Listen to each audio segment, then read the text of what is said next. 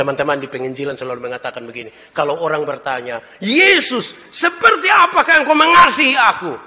Dia merentangkan tangannya di kayu salib dan mati bagimu. Tanpa kata-kata.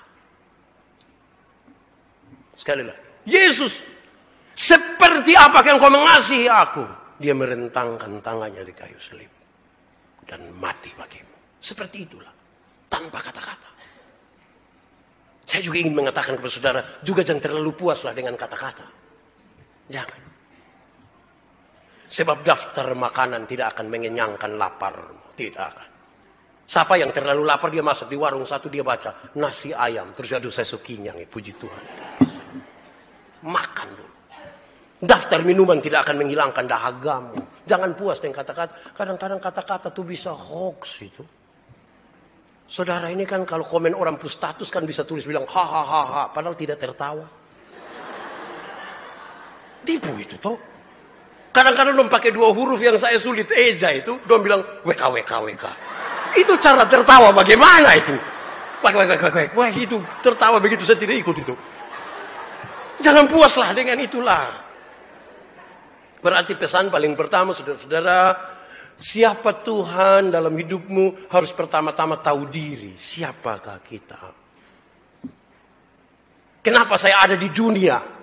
Oh, saya bukan tumpukan material biasa. Pada diri saya ada gambaran Allah.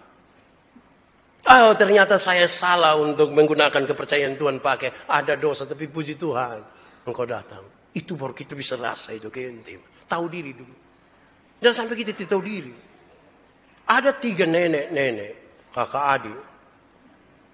Yang satu umur 92, satu umur 94, yang satu umur 96. Terus yang satu yang umur 96, yang paling tua itu dia mau mandi. Dia sudah buka itu keran di itu tempat mandi yang masuk itu apa? Nah itu. Pas dia sudah kasih masuk kaki di dalam, tiba-tiba dia sadar, dia lupa. Kira-kira ini dia mau mandi atau mau keluar. Dia bingung ini. Terus dia berteriak, "Woi, tolong saya dulu. Saya tidak tahu saya ini baru selesai mandi atau mau mandi." Maka dia punya adik yang umur 94 tahun. Dia bilang, "Tunggu, saya pergi." Pas dia naik tangga, tiba-tiba dia berhenti, dia berpikir, sebenarnya saya mau naik atau saya mau turun?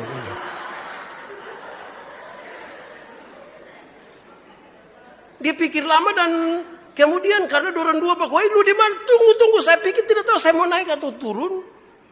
Rupa-rupanya percakapan 2 orang ini didengar oleh dia punya lompo adik yang umur 92. Dia marah dorang. Kamu ini kenapa ribut-ribut? Ini satu bilang, saya mau mandi tapi tidak tahu sudah mandi atau belum. Yang satu bilang, saya ini mau tolong dia tapi saya tidak tahu mau naik atau turun. Dia pukul meja, dia bilang, kok itu saja, tunggu saya pergi. Tapi pas dia bangun dia bilang, tunggu saya lihat siapa yang ketuk pintu tadi Padahal ternyata dia yang pukul meja sendiri. Memang kalau orang lupa diri itu sulit untuk maju sulit. Kok dia pun diri dia masih cari-cari ini bagaimana dia jadi berkat. Bagaimana dia kenal duluan diri. Kenal. Itu pesan paling pertama. Supaya kita bisa tahu siapa Tuhan, kenal dulu kita pun diri. Banyak orang berusaha kenal Tuhan, tapi belum mau kenal dirinya dulu. Kalau kita tahu diri, kita tahu dari mana asal kita. Siapa kita sebenarnya. Kekurangan kita apa. Kelebihan kita apa. Dosa kita seperti apa. Kita butuh apa dalam hidup ini. Dan seterusnya.